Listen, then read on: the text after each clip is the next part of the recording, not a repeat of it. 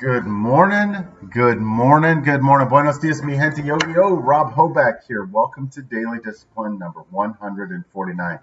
Wherever you are, however you're listening, whenever you're listening, doesn't matter. Just glad you're here and honored that you chose to spend a few minutes with us. So thank you. Appreciate it. Let's get to work. First things first, I am fortunate. What I'm talking about is today, my schedule is I'm going to do this. Then I got to get the kids up, daddy duty, get everybody off to school, take care of a couple things that I need to take care of, and then I'm headed south. I'm going down to Dallas. We've had the conversation about my relationship with Dallas, right? Growing up on Friday nights watching, how did that go? I think it was the Dukes of Hazzard, then the Incredible Hulk, or those could have been inverted. I don't remember. That was the first hour, and then you went to Dallas, and then I think it was like Falcon Crest.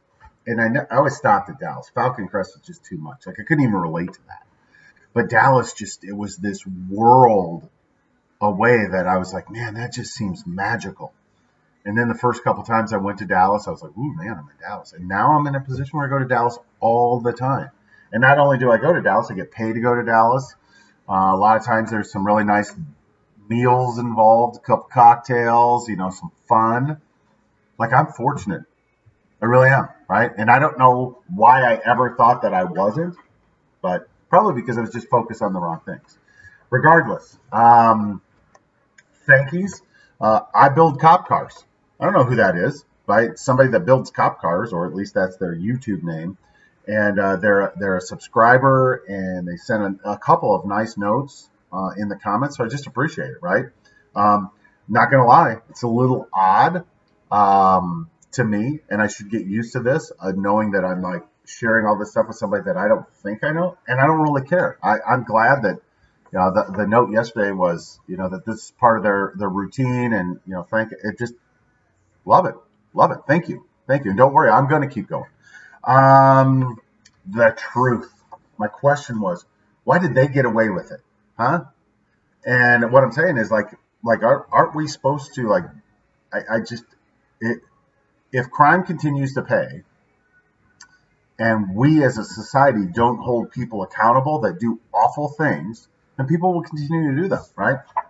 But times they are a-changing with the access of information. So I'm going to give you a list of people who thought they were going to get away with it. Didn't quite work out so well. Let's start with, and a lot of these are sports related, Aunt Barb, so I'm sorry, but it's relevant, right?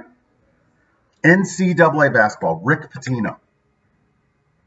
Like, he was the man to probably 20 years ago, even 10 years ago. He was winning a championship with Louisville.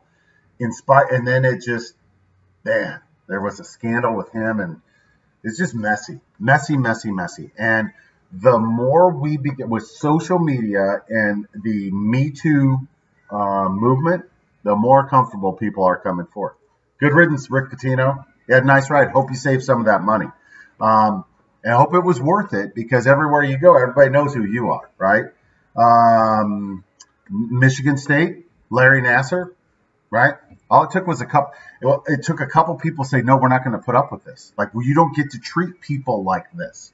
And eventually the truth came out. And then the truth came out about some of the administrators too, right? Like, this is deep, right? Deep-rooted greed, just a lack of empathy for other human beings. And that's what I'm talking about. When you act like that, it's going to come out, right? Penn State University, Jerry Sandusky and Joe Paterno. Like, Joe Paterno, when all of this broke, like, let's remember this. This guy was the all-time leading winner in NCAA football. Like, he was a legend. And within 74 days of the news breaking, he had died.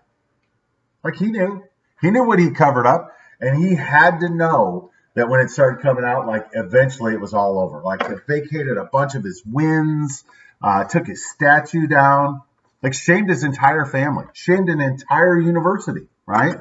So, again, just because it doesn't come out in the moment doesn't mean that it's never going to come out. And then once you start covering it up, it just gets worse. USC, University of Southern California. Boy, do they have a mess down there. They got the gynecologist who was abusing girls and being inappropriate. You have the dean of the medical students who has videos out there of him taking drugs, like smoking meth. It's just awful. awful. And somehow that guy still has a job, right? I would argue not for long, right? Paul Manafort, the former campaign advisor who, you see these guys on TV and, he's the advisor to the president. He must be a great American. He's not a great American. He's a selfish, greedy person who finally got their hand slapped. And I love how these guys all of a sudden become real fragile, right? Like this guy's walking in and out of the courthouses in his $1,000 suits until he realizes like it's over. Now all of a sudden he needs to be pushed around in a wheelchair. Yeah. Enjoy your time there, Paul. Should have paid your taxes. Donald Sterling, former owner of the Los Angeles Clippers. This guy had a 50-year run of just being a awful person, like a slum landlord, taking advantage of people, just not good, right? And again, I'm certain he thought that he's like, man, I got this thing licked, right? Until somebody recorded him being a racist, right? And then the NBA forced him to sell a statement. Now, in spite of all that, he bought the Clippers for like a couple $100,000 and sold them for $1 billion, right? So like he's never going to have to worry about money, but he is publicly shamed. His family is publicly shamed forever. You can't run for this stuff. And then, you got the guy from the Jerry Richardson who owned the Carolina Panthers came out that, again, you read these things, and I don't know if I'm the only one who takes, 10, 15 minutes to read these articles, but it's astounding that these, and it's usually, let's just be honest about it, it's usually a bunch of white guys, right? A bunch of old white guys padding their pockets at the expense of somebody else thinking it's okay. I don't like it. I don't think you guys like it either. And I love the fact that you can't do this stuff anymore. So, and I guess my advice to all of us and myself in particular, if you're going to act shady, bro, you better be comfortable with if that comes out, if people will be like, whoa, and then they don't want to touch you, or they just say, yeah. And I think that what we're learning when it comes to basic capitalism, everybody's okay with that. It's when it becomes that we are taking advantage of people who come to us to help. Maybe that's my personal spin on it. I don't know, but that's where I draw the line. Anyway, I got things to do, so I got to go. Hands up, peace out. We're better together. I'll talk to you guys from Dallas tomorrow. Have a great day. Go get it.